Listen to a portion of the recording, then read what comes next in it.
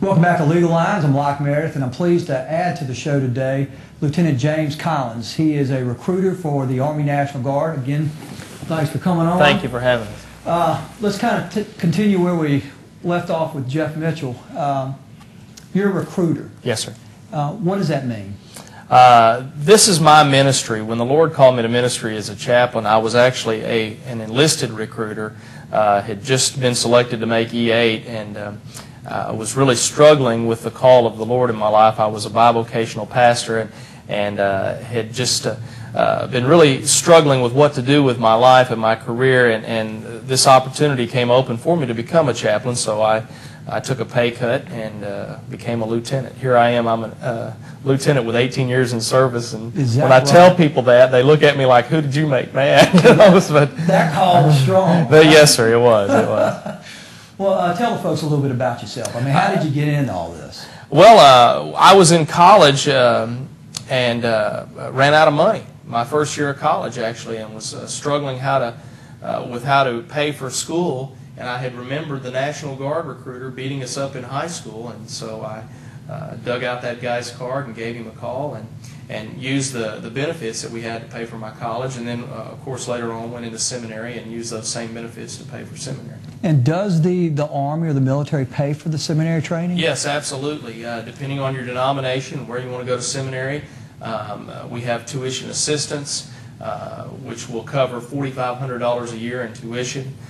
We also have GI Bill benefits. We have the student loan repayment, where you can take out $20,000 in student loans, and we'll pay back all of that $20,000 plus the interest. And then we have cash bonuses to help offset some of the costs and expenses of the seminary as well. So the bottom line is the military will pay for the education necessary for a chaplain, I guess, to meet the criteria to become a chaplain. Right. All of our chaplains have a professional degree, a Master's of Divinity or equivalent. And so we're talking about 4 years of college plus 3 to 4 years of seminary. And the military will pay for all of that? Yes, they will. Absolutely. That's wonderful. Absolutely.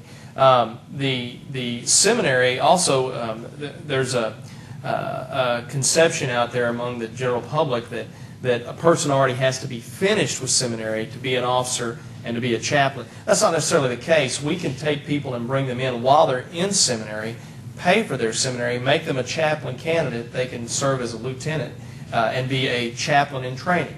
Basically, they'll shadow a chaplain on their drill weekends and learn what the chaplain ministry is all about.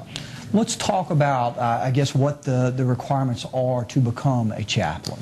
You have to be able to pass a physical exam, be healthy enough to pass a physical entrance exam. You have to be able to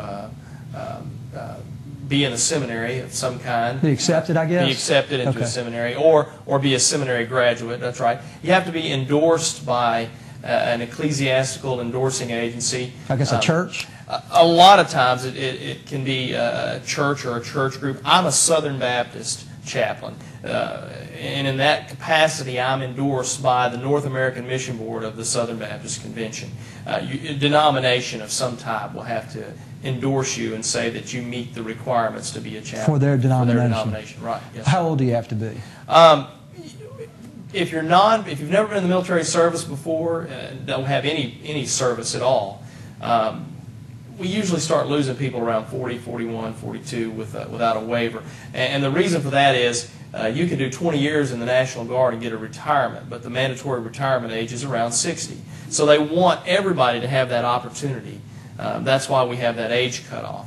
However, if you have some prior military service, we can take someone and commission them up to around age 50, 1 year for every year over age 40 of service. So if a person was 43 and they had 3 years of prior military service, for example, then they would be all right. To serve till they're 60, right, okay. and come on. Yeah.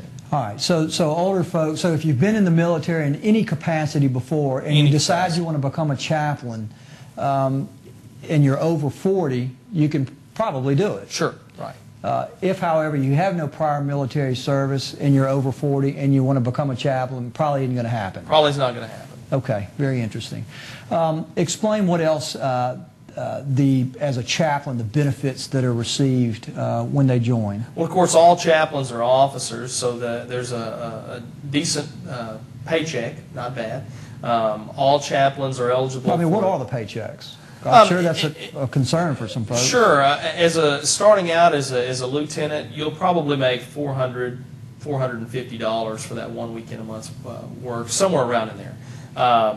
Not bad, but it's a supplement to your income. Also, there are the bonuses, the educational benefits that I was talking about earlier. But one of the long-term benefits that people don't always think about at a young age, but they need to start thinking about, I believe, is the retirement benefits.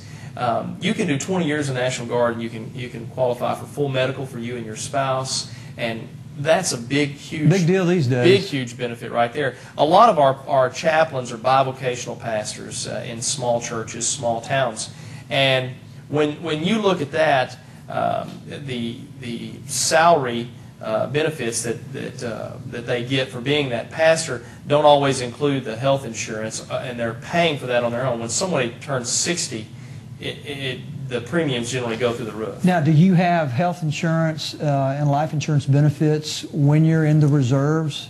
In training capacities, you do. You do have full life insurance benefits all the time. It'd be great if I could offer full medical.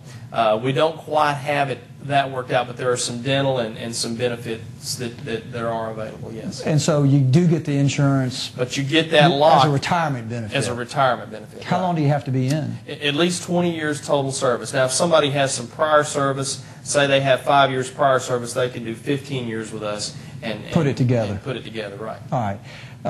What other benefits does a chaplain get when they go in a deployed status? Does it change? Sure. They're getting paid full-time pay based on their rank, full-time benefits. Anybody that's deployed are receiving the full-time pay, full-time benefits. And if do the full-time benefits, which I assume includes health insurance and life insurance and extend over to the family and everything, yes. It covers the entire family? In a deployed status. Now, when they are no longer deployed, do they lose the benefits? Not necessarily. Some they do. They can't keep the full medical in a non-deployed status.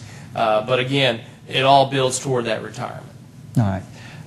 Explain to the folks how it's impacted your ministry. As a bivocational pastor, one ministry... What does that mean, bivocational? Part-time, I'm sorry. Yes, as a part-time pastor.